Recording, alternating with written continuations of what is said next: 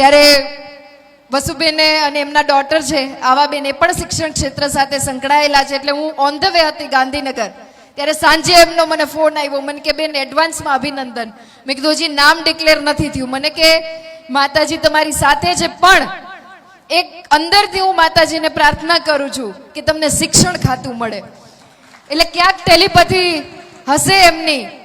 બીજે દિવસે મેં પહેલો ફોન એમને કર્યો, બેન તમારું લાગણી એ ક્યાંક સાંભળી હશે પ્રભુએ, અને એટલે શિક્ષણનું ઉત્તરદાયિત્વ મારા સિરે આવ્યું છે.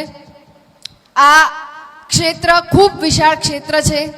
ન્યૂ એજ્યુકેશન પોલિસી હોય, તેમજ વિકસિત ભારતની આપણા આદરણીય પ્રધાનમંત્રી શ્રીની જે સંકલ્પના અને પરિકલ્પના છે, એમાં યુવા પેઢીને વધારે મજબૂતાઈથી, વધારે સક્ષમ રીતે કેવી રીતના જોડી શકાય, એના માટેનું એક આ ઉમદા ઉત્તરદાયિત્વ વાળું ખાતું છે.